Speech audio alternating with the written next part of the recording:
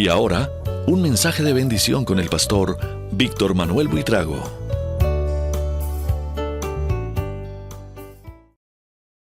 Esta es una predicación en línea que prediqué el 8 de enero de 2017. Espero sea de bendición.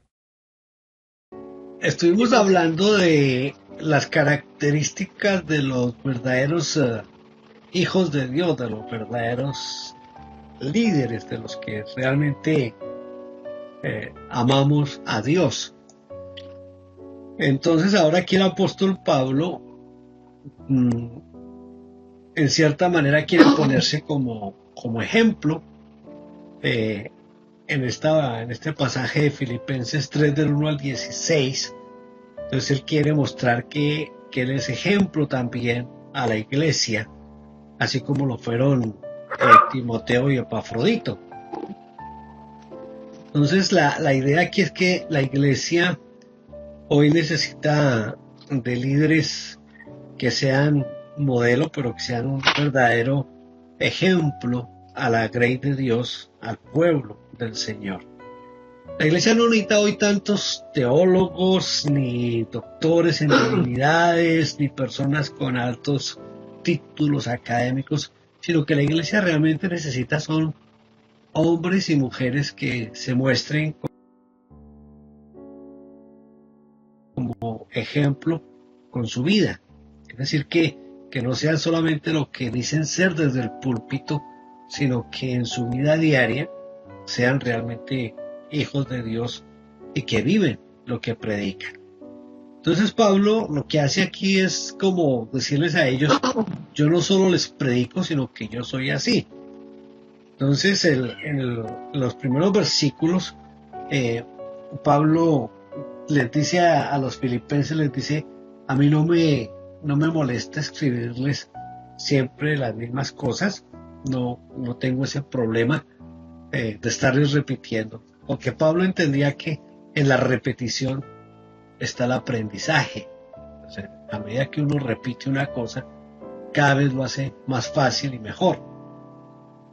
Por eso cuando yo era estudiante de la primaria, ahí me ponían a repetir las tablas de multiplicar cantaditas.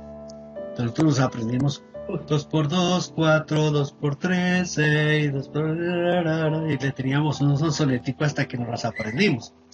El tanto repetirlas nos hizo que las tuviéramos y no se nos han olvidado, por lo menos a mí no se me han olvidado, gracias a Dios.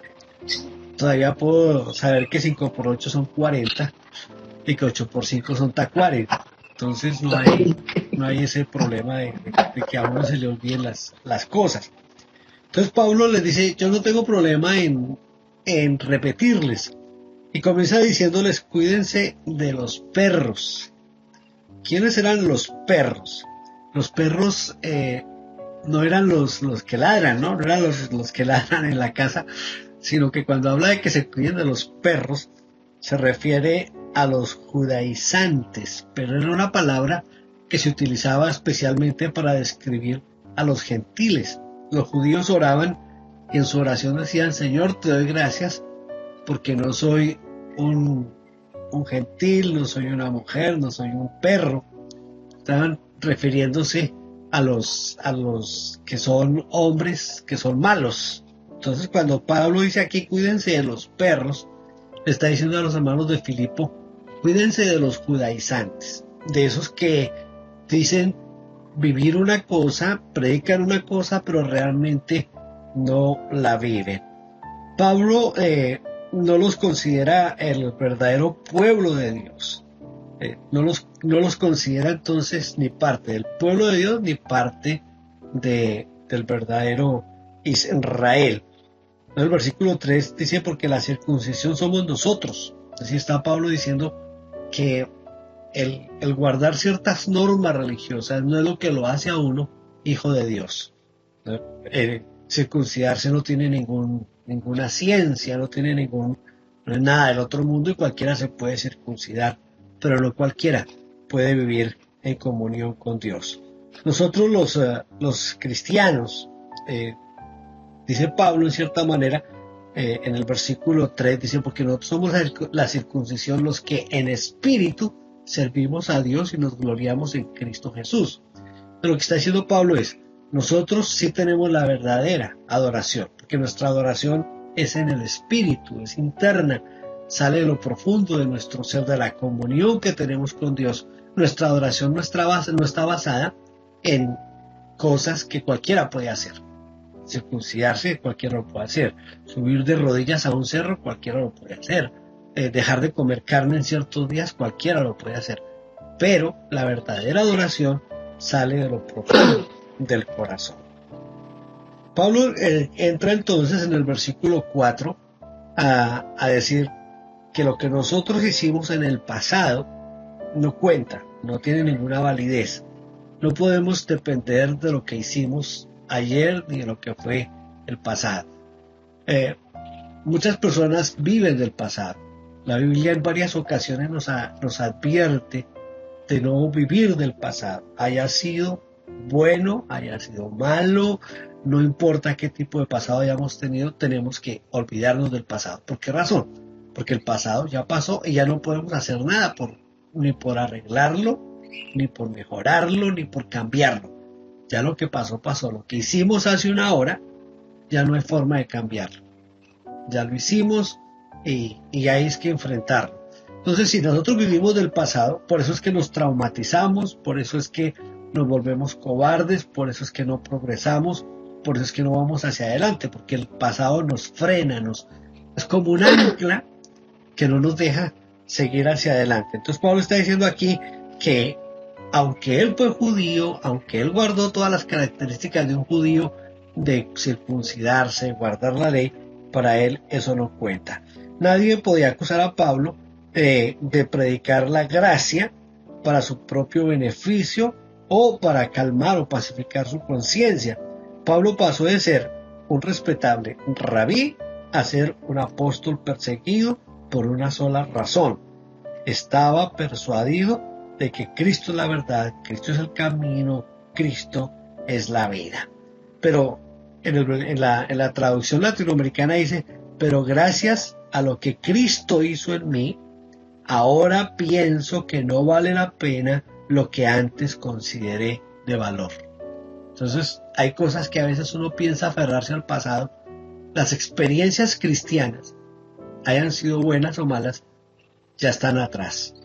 No vivamos de glorias pasadas, no vivamos de lo que hicimos en el ayer. Todo eso ya quedó aparte, quedó atrás, que no tiene ninguna validez. Los títulos académicos que queramos esgrimir como parte de nuestra experiencia para estar bien con Dios, no sirven. Los títulos académicos sirven para nuestro progreso en la sociedad, sirven para nuestro progreso en el trabajo, sirven para un bienestar económico, pero no sirven para nuestra comunión con Dios. Y Pablo dice en la Nueva Versión Internacional, en el versículo 8, dice, por él lo he perdido todo y lo tengo por estiércol a fin de ganar a Cristo. Desafortunadamente la iglesia cristiana se le da mucha importancia al pasado de la gente. Para bien o para mal, se le da mucha importancia al pasado de la gente. Por ejemplo, yo siempre voy a recordar un testimonio de un hombre que es de los traductores de las sociedades bíblicas. Él nació en un hogar cristiano. La abuela era cristiana, la mamá cristiana, él nació cristiano. Entonces él contaba su experiencia y dice que un día lo invitaron a un culto de testimonios. Y a él lo dejaron de últimas. Él dice que no sabe si fue a propósito o cómo fue el asunto, pero lo dejaron de último para dar su testimonio al final. Y dice que los que pasaron antes de él habían matado, robado, violado, habían hecho cantidad de cosas. Y la gente cada rato, amén, aleluya, gloria a Dios. Porque la persona decía, pues yo fui asesino, por eso me cambió, yo fui drogadicto, pues yo me cambió. Y él dice, mi abuela cristiana, mi mamá cristiana, y yo nací en cuna evangélica, yo nunca hice pecados. Dice, pues sí soy pecador, pero no hice pecados graves, o sea, cosas. Dice, yo trataba de recordar si yo me robé algo en la escuela para decir que yo me robé algo en la escuela y que el Señor me cambió, pues, pero ni siquiera eso hice. Entonces, cuando ya le iba a tocar a él, decía yo, ¿qué voy a decirle a esta gente que está escuchando y dando tantos glorias a Dios y aménes por tanto bandido que hay ahí que se convirtió ¿Y yo qué les digo si yo nunca he hecho nada mal? Entonces cuando él va pasando al púlpito, él dice que Dios le habló y le dijo, usted les va a hablar de lo que es poderse mantener en la vida cristiana sin caer. Entonces él comienza a hablar sobre su experiencia, como él pues confiesa que es pecador porque todos somos pecadores. Dice, pero Dios me ha guardado a mí de caer en cosas como las drogas, como el trago, como el adulterio, como la fornicación, porque Dios nos puede sostener. Entonces yo siempre recuerdo esto porque es como la gente a veces hace apología del delito, del crimen, y a los que han hecho tantas maldades los invitan a predicar y les dan buenas ofrendas. En Centroamérica hay un hombre que convenció a todas las iglesias centroamericanas que él era como el lugarteniente de Pablo Escobar. Y en toda parte hablaba de que él era el matón de Pablo Escobar y todo eso. Entonces, alguien que lo escuchó dijo, pero ese man yo nunca lo he oído mencionar dentro de lo del cartel ni nada. Y se puso a averiguar y logró hablar con el Popeye. Y nadie conoce a ese tipo. Nadie lo conoce, pero en Centroamérica todos lo conocen como el hombre más malo después de Pablo Escobar era él.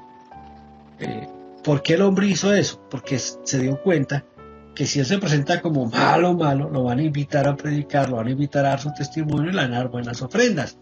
Entonces la gente desafortunadamente vive de esas cosas, y Pablo dice, el pasado sea bueno, sea malo, ya no tiene nada que ver. Él dice, yo lo estimo como, en la Reina Valera del 60 dice como basura, pero en la Nueva Versión Internacional dice, lo tengo por estiércol.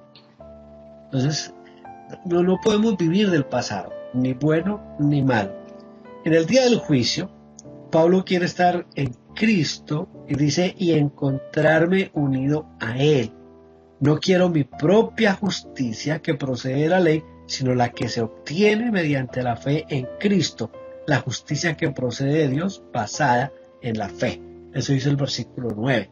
Entonces, Pablo está hablando aquí de la necesidad de ser hallados fieles y ser hallados justos en quien tenemos que ser hallados fieles y justos, que es en Cristo Jesús.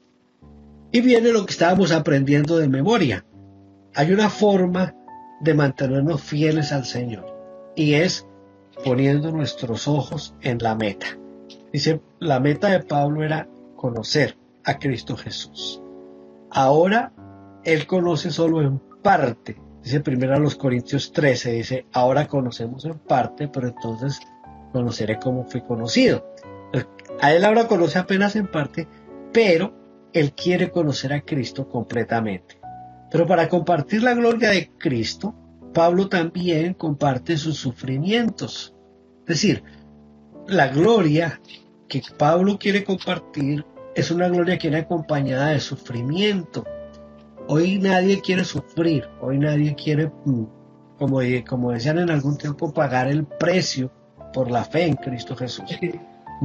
Pero necesitamos estar dispuestos, no es pagar el precio, sino es estar dispuestos al sufrimiento por la causa de Cristo Jesús. En cierta forma,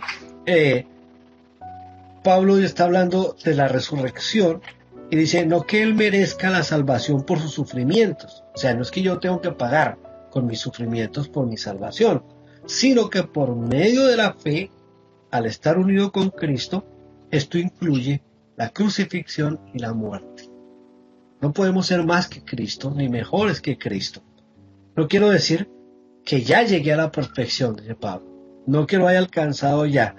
No quiero decir que llegué ya a la perfección en todo, sino que sigo adelante y estoy tratando de alcanzar esa meta, pues esa es la razón por la cual Jesucristo me alcanzó a mí. Eso dice la palabra de Dios para todos. Quizás es más fácil ahí la palabra de Dios para todos que en la Reina Valera, como lo estábamos aprendiendo, ¿cierto? Así que Pablo trabaja duro para realizar la obra para la cual Jesucristo lo llamó. Entre el versículo 13 y 14, él no descansa en las muchas cosas que ya ha hecho. Pablo pudiera decir, yo ya he trabajado, ya he sufrido desvelos, angustias, azotes, cárceles, todo eso, ya lo hice todo. Dice, no, porque para eso me llamó Cristo. Voy a tener que sufrir más, voy a sufrir más, pero lo voy a hacer por Cristo Jesús. Pablo no está hablando de calificar, o sea, de lograr, de merecer un premio, sino de su necesidad de tener celo por Cristo Jesús, y ese celo lo va a llevar al sufrimiento, al momento difícil. Y en la parte final, versículos 15 y 16, Pablo nos habla del ejemplo. Dice, Pablo tiene una razón para explicar su celo. Él quiere que los filipenses sientan lo mismo. Entonces, dice, así que escuchen, los perfectos, todos debemos tener este modo de pensar. Y si en algo piensan en forma diferente, Dios les hará ver esto también. Entonces dice, en la Reina Valera del 60, dice, todos los que somos perfectos, esto mismo sintamos. En la versión que tengo aquí dice, así que escuchen los perfectos, todos debemos tener este modo de pensar. ¿El modo de pensar cuál es? El modo de pensar es que la vida en Cristo va a traer necesariamente dificultades y va a traer sufrimientos. La vida en Cristo no es una vida de solo triunfos, de solo glorias, de solo prosperidad, de solo... No. Cantábamos hace un momento el canto que está basado en Job, donde Job dice al final de su libro, dice, yo pensaba que yo conocía a Dios, pero solo hasta ahora lo conozco, solo hasta ahora lo veo. ¿Después de qué? Después del sufrimiento, después de todo lo que pasó, Job pudo conocer a Dios. Entonces, el sufrimiento siempre nos va a llevar a estrechar más nuestra comunión con Dios.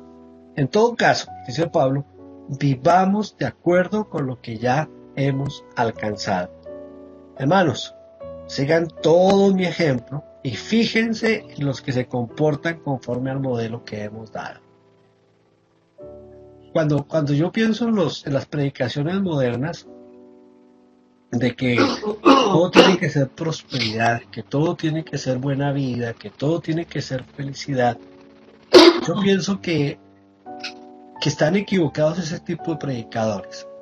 Yo creo que sí, Dios nos da paz, yo creo que Dios nos da fortaleza, yo creo que Dios nos va a dar lo que nosotros necesitamos en el momento que lo necesitamos, pero también tenemos que estar dispuestos a que si por mi sufrimiento, por mi manera de vivir puedo ganar a otros, tengo que estar dispuesto a eso. Entonces seamos celosos por Cristo, dice Pablo, como les he dicho a menudo y ahora lo repito hasta con lágrimas, muchos se comportan como enemigos de la cruz de Cristo. Es decir, se comportan como enemigos de la cruz de Cristo porque no están dispuestos al sufrimiento. Como conclusión podemos decir que nuestra salvación y confianza en Dios no se basa en lo que somos, sino en lo que Cristo ha hecho por nosotros. Debemos, como hijos de Dios, entender que nuestros títulos no valen nada, que debemos mantener nuestra mirada puesta en la meta. Dice el autor de los Hebreos, puestos los ojos en Jesús, el autor y consumador de la fe. Pablo, como un verdadero líder, nos exhorta a que seamos verdaderos hijos de Dios. No apariencias, no religiosos, sino verdaderos hijos de Dios. Por eso, a veces no es la cantidad de veces que vayamos a la iglesia, porque la vida cristiana no se puede basar en la cantidad de veces que vamos a la iglesia. La vida cristiana tiene que basarse en la cantidad de tiempo que yo dedico a Dios cada día de mi vida, sin que el pastor me esté mirando, sin que el papá me esté mirando, sin que la mamá me esté mirando, sin que mis hijos me estén mirando, sino es mi responsabilidad delante de Dios. Eso es lo que vale y eso es lo que importa, es esa relación personal íntima con Dios. Y eso no puede ser hecho de otra manera, sino únicamente entre Dios y yo. No hay otra forma de hacerlo, solo entre Dios y nosotros.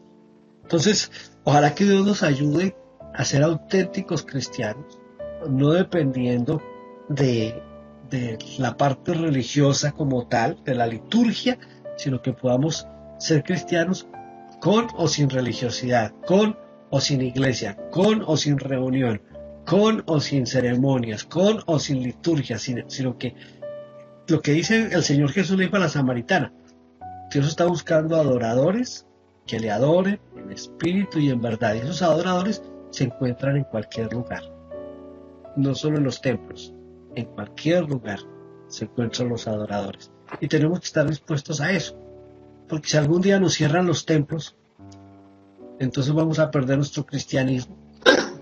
Yo a veces pienso en esas mega iglesias donde el pastor siempre ha sido el mismo por 20, 25, 30 años.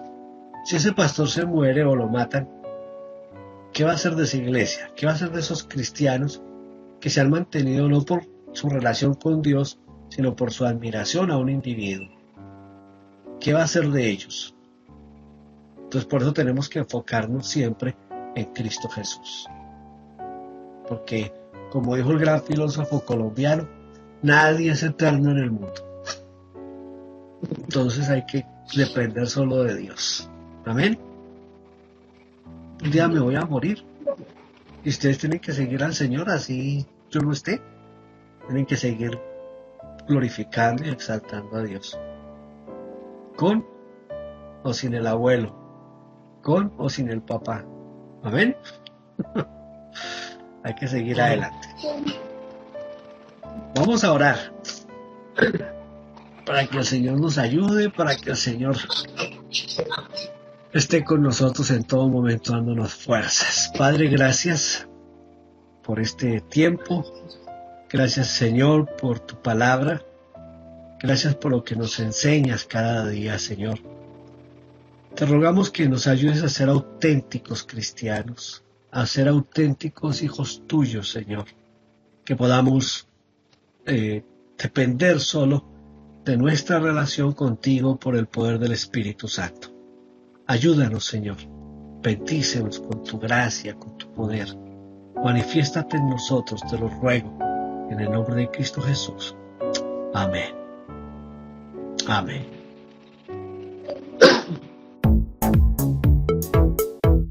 Gracias por vernos. Favor inscribirse en nuestro canal. Denos un like, toque la campanita y déjenos su huella con un comentario. Bendiciones.